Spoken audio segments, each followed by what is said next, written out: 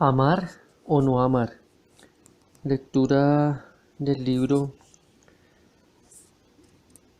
de Carlos Vallés titulado Ligero de equipaje. Tony de Melo, un profeta para nuestro tiempo. Amar o no amar. Otro eje esencial de Sadhana eran las relaciones personales.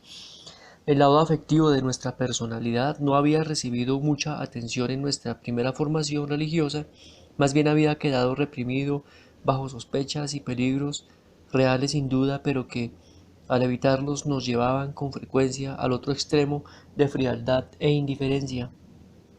Lo que importaba entre nosotros era la inteligencia, las ideas, la razón, mientras los sentimientos quedaban relegados a muy segundo plano.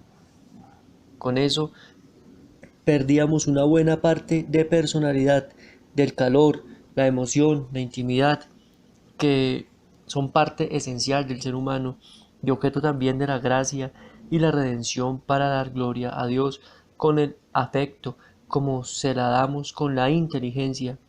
Tony sabía que había que despertar en nosotros los sentimientos dormidos, animarlos y encauzarlos para formar a la persona completa, y a eso se dedicaba con toda su fuerza desde el principio de Sadhana.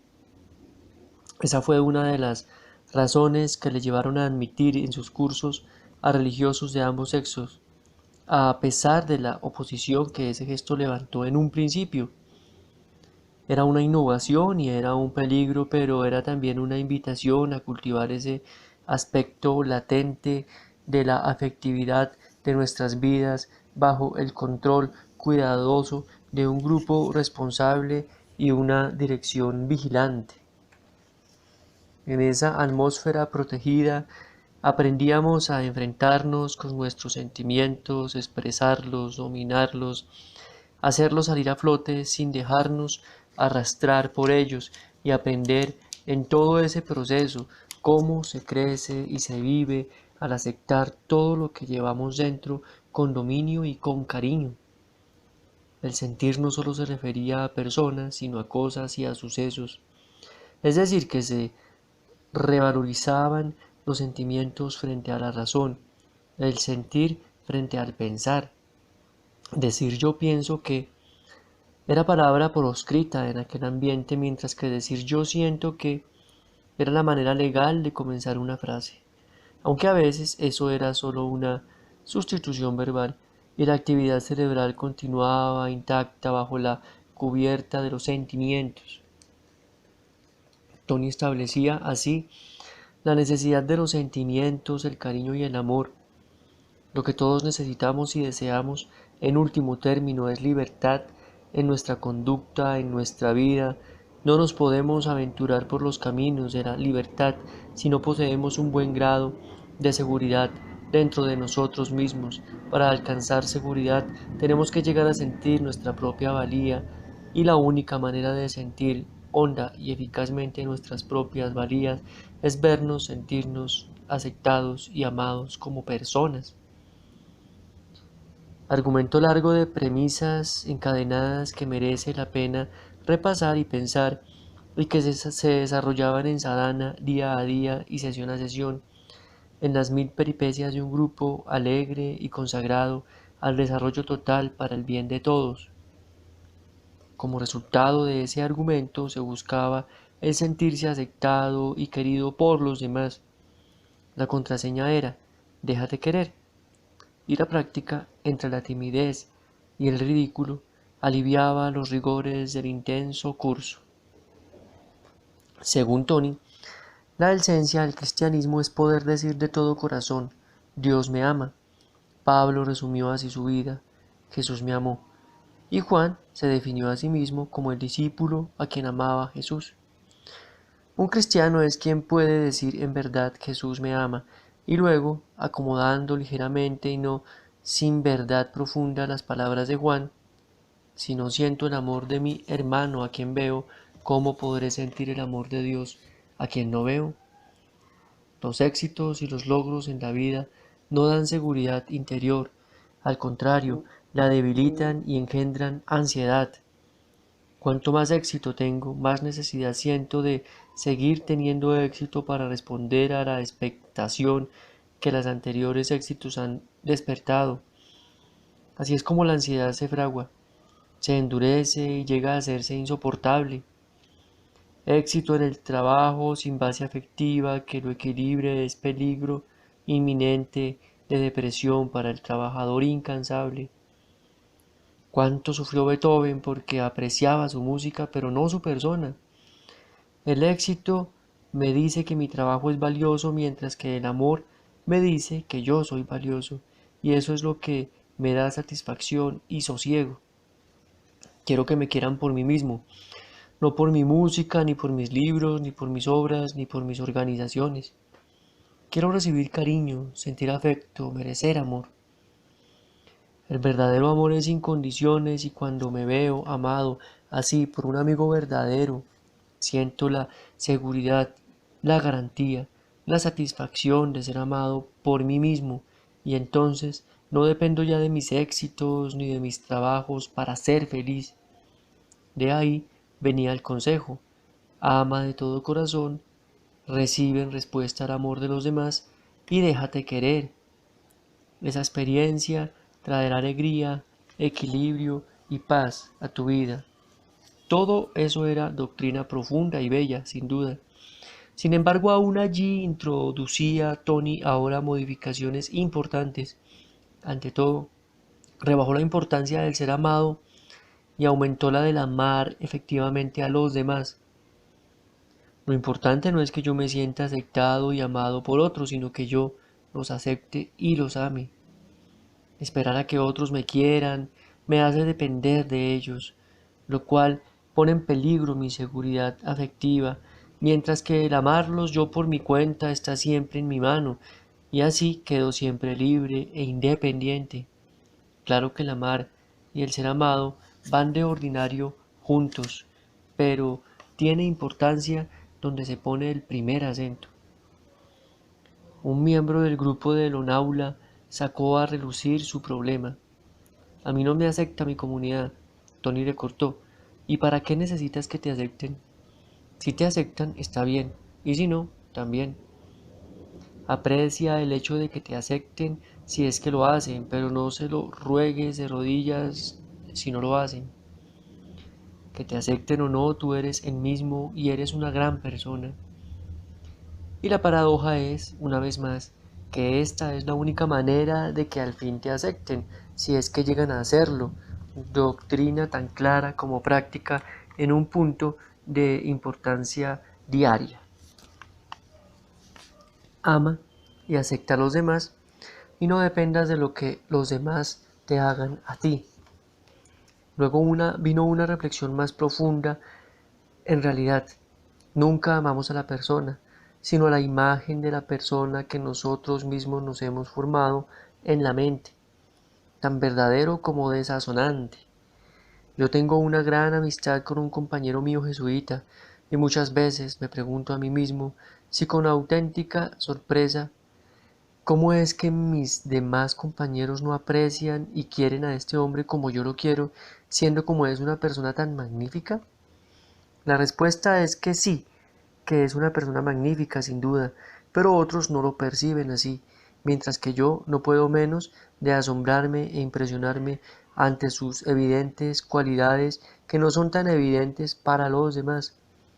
Yo lo he idealizado en mi mente y ahora amo y venero esa imagen adorable, que a los demás no les parece tan adorable después de todo. Si yo amase a ese hombre tal como es en realidad, y como todos los demás lo ven, todos lo amarían de la misma manera. Es decir, que si yo amase a la persona como tal, todos la amarían igualmente porque la persona es la misma. Pero no es ese el caso. Los demás no lo quieren como yo lo quiero, lo cual prueba que lo que yo en realidad estoy amando es la imagen, no la persona. Entonces llega la crisis. Cuando esa persona a la que yo había idealizado en mi mente pierde, por la edad, la rutina o el contacto diario, las cualidades que me habían atraído a ella, me puedo quedar trastornado y confuso.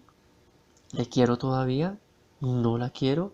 Desde luego, considero mi deber conseguir queriéndola, pero un amigo ha de ser leal y el amor es eterno, y trato de revivir la antigua imagen atesorada en mi mente mientras cierro a la fuerza los ojos a la realidad rebajada de ahora y sigo repitiéndome a mí mismo, en fútil ejercicio, que claro, que lo quiero como siempre lo he querido y lo seguiré queriendo con lograda ironía que por una vez se avecinó al cinismo en el que lo dejó llegar al caer su infalible sentido del humor. La gente casada averigua esto mucho antes que nosotros los religiosos. Un hombre y una mujer se enamoran de sus respectivas imágenes, como queda dicho, se casan y como pasan a vivir juntos todo el día, pronto descubren la realidad de que había tras el hechizo y se preguntan qué es lo que han hecho. Están ya unidos por el vínculo y la familia y la sociedad les ayudan a permanecer juntos, al menos en algunas culturas. Pero ambos saben muy bien que su mutuo amor no es ni con mucho lo que había parecido ser al principio y prometía ser para siempre. Nosotros los religiosos, sobre todo cuando se trata de una amistad entre hombre y mujer, nos vemos por necesidad con mucha menor frecuencia y por eso la ilusión dura más tiempo. Pero en la larga también nosotros averiguamos la realidad y lo que había comenzado por ser una dicha acaba por ser una carga. El folclore universal del amor, el romance y la fidelidad, que también nosotros nos hemos tragado, nos impide ver esto y admitámoslo a nosotros mismos. Pero ese es el hecho. La emoción se ha hecho aburrimiento. Eso no quiere decir que la amistad sea imposible, pero sí que hay que purificarla de raíz. Cito casos. De joven, él se había sentido muy atraído eh, por una persona. Incluso nos dijo su nombre, lo que nos hizo aún más gracia porque varios de nosotros la conocíamos. Volvieron a encontrarse solo muchos años más tarde y Tony se dijo a sí mismo con verdadera sorpresa, ¿cómo puedo haber yo sentido algo especial por esta persona? El contraste entre la imagen ideal que él se había formado y preservado en su memoria y la marchita realidad con que hoy se encontraba cara a cara, le hizo reflexionar, como siempre lo hacía después de cada experiencia, sobre las realidades de la vida y la verdadera naturaleza del amor humano. En otra ocasión, había iniciado una amistad especial con un compañero jesuita cuando se enteró de que no era sacerdote, sino hermano coadjuntor, con los mismos derechos y privilegios que cualquier miembro de la orden, pero sin estudios teológicos ni ordenación sacerdotal. Saber eso y sentir que desaparecía su interés por él fue todo uno, y Tony se reprochó a sí mismo y se enfadó consigo mismo por ello. Tenía un gran aprecio por los hermanos coadjuntores, y algunos de ellos eran amigos personales suyos, y sin embargo, esa diferencia de puro rango exterior había estropeado una amistad incipiente. ¿Cómo podía ser eso? A mí, ese caso me recordó el de otro jesuita que me contó cómo había progresado en una amistad íntima con un compañero jesuita hasta el día en que se enteró de que pertenecía a una casta inferior. ¿A quién amamos? ¿A la persona o a la imagen? Algo más duro aún, el amor es egocentrismo, refinado. Tony dijo eso no una, sino muchas veces. Al amarte a ti, no es que te ame a ti, sino a las ventajas de compañerismo, afecto, placer, ayuda y apoyo que mi amistad contigo me trae. El amor desinteresado no existe, al contrario, todo amor humano lleva en sí un elemento de interés propio.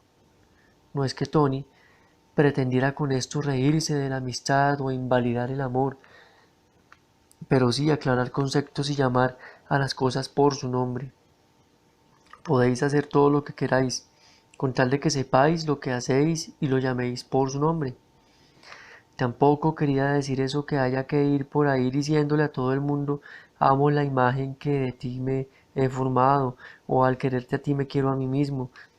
Podemos seguir usando el lenguaje de siempre y de la manera de siempre, con tal de que nosotros lo tengamos bien claro y estemos al tanto de nuestros verdaderos motivos e intenciones. Sé muy bien que el amarte a ti estoy amando la imagen que nuestra historia común ha labrado dentro de mí y que otros no comparten. Caigo en la cuenta perfectamente de que mi cariño hacia ti tiene una gran parte de egoísmo por la satisfacción que me proporciona a mí. Esa actitud ayuda a templar emociones y puede contribuir a la larga a que la amistad sea más sana y más duradera. La transparencia interna es condición esencial de todo contacto humano en profundidad. Y este es ahora el dicho más duro que jamás oí yo de labios de Tony, y que consigo aquí con exactitud y respeto, sin pretender sondear el fondo y el sentido que esas palabras tuvieron para él cuando las dijo, pues sí que las dijo en el transcurso de una sesión en medio de todo el grupo. He descubierto que yo no he amado a nadie en la vida. Las pronunció en un tono tan reflexivo de introspección y permaneció callado unos instantes antes de pasar a decir otra cosa. Ni yo ni nadie de los presentes rompió el silencio para preguntarle qué quería decir exactamente con aquello, y sus palabras se deslizaron, sin más, bajo el velo de su misterio personal. Sea lo que fuere lo que quería decir con ellas, ciertamente no era que él fuera en manera alguna cerrado, adusto, falto de sentimientos o de afecto. Sabía de cariño y conocía la intimidad. Tenía amistad íntima con algunos hombres y mujeres y trato cercano y cariñoso con muchísimos más. Quizá quería decir, en el contexto de la ilusión del yo, que ocupaba el centro de sus pensamientos aquellos días y que anotaré más adelante, que mientras hubiera alguno resto del yo, no podía haber amor verdadero. Quizá pensaba en la definición de Krishnamurti que nos citó repetidas veces aquellos días: amar o percibir con claridad y responder con exactitud. O quizá había llegado a valorar el aspecto positivo de la soledad en la vida, de lo cual también nos habló con frecuencia en Lonaula. La soledad por miedo, timidez o debilidad era y seguía siendo negativa, pero la soledad que nace de la plenitud y la libertad propias es positiva y valiosa. Habló encantadoramente de la soledad del pastor que pasa la vida en los campos sin necesitar conversación ni de echar de menos a la compañía. Yo por mi parte creo que, a pesar de su risa destapada y sus ruidosas bromas, quedaba en él siempre un fondo sumergido de soledad intacta que nunca afloraba y que guardó para siempre el secreto íntimo de su vida afectiva, quizá. En todo caso, sus palabras tal como las he transcrito permanecen. El colega de Tony, José Javier Aispun, escribió en una sentida nota necrológica: recordaré a Tony más que nada como un amigo. No he conocido a muchos que disfrutaran tanto con la amistad como él. Se sentía orgulloso de sus amigos, incluso presumía triunfalmente de ellos. Compartía de lleno los gozos de sus amigos y, cuando nos llegábamos a él en momentos de apuro, nos ofrecía una comprensión, un apoyo y un consejo que era característica y exclusivamente de suyos. Y sin embargo, para muchos de nosotros, sus amigos, Tony fue y permaneció un misterio. ¿Era tímido en el fondo? Nos apoyábamos tanto en él como guía y consejero que no podía sentirse libre y vulnerable ante sus amigos. Él hablaba abiertamente de su vulnerabilidad, pero rara vez la mostraba, y eso le hacía aparecer distante. Sí, era popular, era el centro de la fiesta, era descaradamente divertido, tenía una capacidad increíble, casi sobrehumana, de ponerse a disposición de los que le necesitaban. Pero a pesar de todo eso, uno no podía menos de sentir que con frecuencia él se retiraba a un fondo privado en el que pocos entraban, si es que alguien lo hizo. ¿Se debía a su entrega incondicional a ser fiel a su propia visión? ¿Se debía a que su vida fue una búsqueda tan personal que, en último término, solo se podía llevar a cabo en soledad? Para muchos de nosotros, Tony, además de ser amigo, era también sabio, gurú y profeta. Él sentía hondamente la necesidad de compartir su visión. Muchos alcanzaron algún destello de esa visión y con ello cobraron nuevas fuerzas, sentido de vida y esperanza. Pero sospecho que fueron pocos los que de hecho vieron lo que Tony veía y en el fondo Tony lo sabía. Sin embargo, nunca apareció amargado o frustrado y tampoco adoptó nunca una actitud condescendiente como si él estuviera por encima de los demás. Lo que sí creo es que él no pudo menos de sentirse con frecuencia solo en su búsqueda. Siguió adelante porque estaba poseído por una sagrada necesidad de saber y averiguar por sí mismo. Su recompensa fue un sentido excepcional del éxtasis de la vida y aún antes de morir también éxtasis de la muerte. Hablando de relaciones mutuas y de cómo tratamos siempre a otros del mismo modo que nos tratamos a nosotros mismos, Tony, para ilustrar ese principio, descubrió un episodio de su propia biografía que no quiero pasar por alto aquí. Nos dijo: cuando yo era novicio, el provincial, que era el padre Casallas, nos dio una charla en la que nos dijo: aquí, en el noviciado, sois todos vosotros muy fervorosos y muy santos, pero luego, con los estudios y las distracciones y los largos años, muchos pierden el fervor inicial y descuidan la vida espiritual. Os voy a dar una señal para que, cuando os llegue ese momento del final de la carrera, después de todos esos años, sepáis si habéis conservado el fervor inicial o no. Cuando acabados los estudios, estéis a punto de salir a trabajar y vayáis a ver a la provincia para fijar con él vuestro primer destino, si le decís entonces que queréis que os envíe a las misiones, es decir, a un puesto de misión en los pueblos por contraposición a los colegios y a las universidades en las ciudades, eso querrá decir que habéis conservado el fervor, y si no, lo habéis perdido. Esas fueron las palabras del provincial y es curioso que, aunque me olvidé de todo lo demás que dijo en su larga charla, aquello se me quedó grabado. Y cuando me llegó el tiempo, al final de la carrera estaba yo dispuesto a responder a aquel reto y pasar el examen. El provincial era entonces el padre Mann, y a él me fui a discutir mi primer destino de sacerdote y le dije con orgullo y dándome importancia: quiero ir a las misiones. Ahí estaba la prueba de mi fervor. El padre Mann, sin embargo, tenía otros planes sobre mí y me mandó a América a estudiar psicología.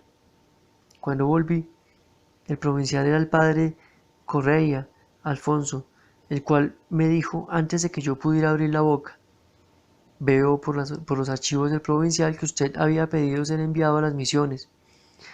Necesito una persona de sus características en un puesto de misión y he decidido enviarlo a usted allí. Aquello me supo malísimo. Era a mí a quien me tocaba pronunciar las palabras sagradas sobre ser enviado a las misiones, no a él el mandarme por su cuenta. Me había robado mi momento de gloria. De todos modos, fui a las misiones y no me gustaron en absoluto. Entonces me vengué a mi manera. Lancé una campaña para que los padres indios fueran también enviados a puestos de misión que hasta entonces ocupaban casi exclusiva y heroicamente jesuitas e españoles. Así como yo había ido a parar a un puesto de misión en vez de los más cómodos colegios o universidades, así quise ahora hacer que fueran a parar allí mis compañeros indios, es decir, les estaba haciendo a los demás lo que me habían hecho a mí mismo y que todos pagasen por mi tontería. Siempre hacemos lo mismo. Otro destello sobre el lugar que el amor ocupaba en su vida. El año que yo pasé en The Novelty College, Pona, haciendo el curso largo del Sadhana, el 15 de agosto, fiesta de la Asunción de la Virgen y de la Independencia de la India, Tone presidió solemne Eucaristía concelebrada ante todo el alumnado y predicó una preciosa homilía que muchos de los allí presentes recordarán como yo recuerdo. La idea central fue esta: si en los primeros años de mi carrera espiritual me hubiesen preguntado qué querría yo que la gente dijeran en alabanza mía, yo hubiera contestado que digan que soy un santo. Algunos años más adelante habría contestado que digan que soy un hombre de gran corazón. Y ahora lo que quiero que digan de mí es que soy un hombre libre. Aquel mismo día me dijo que había preparado aquella homilía con mucho esmero y aún la había ensayado con un compañero para asegurarse de que las ideas quedaban claras y las expresaría con efecto. Esa progresión de valores de la santidad a la libertad, pasando por el amor, puede tomarse como resumen aproximado de 3 etapas claras de su vida. Faltaba aún entonces la etapa final de Lonaula, ciertamente distinta, marcada, definitiva, y queda en el aire imaginar qué nombre hubiera escogido para ella. También dijo: el amor es la ausencia de miedo. Eco claro de San Juan: el amor perfecto destierra el temor. Asimismo, el amor es sensible ante la realidad. Explicó esto último con el caso de una alumna de Sadana que se sintió atraída por uno de los hombres del grupo y le pidió su amistad. Este le contestó delicadamente que ya tenía una amistad especial con otra de las mujeres del grupo y no deseaba otra. Ella se sintió rechazada y lloró, pero cuando volvió al grupo tuvo una nueva experiencia de que le abrió los ojos y la vida. Creyó en la cuenta, de repente, de lo bellas y atractivas que eran todas las personas del grupo, cosas que se le habían escapado hasta entonces. Al concentrarse exclusivamente en una persona, se había cegado al valor de todas las demás. Quizá lo más importante que Tony dijo sobre el amor, y que puede ser la clave para resolver las contradicciones aparentes que aquí he reflejado, fue que el verdadero amor es posible solo cuando no existe apego ninguno. Ahí va otra buena paradoja. A Tony le gustaba repetir que la verdad está en la coincidencia de las cosas opuestas.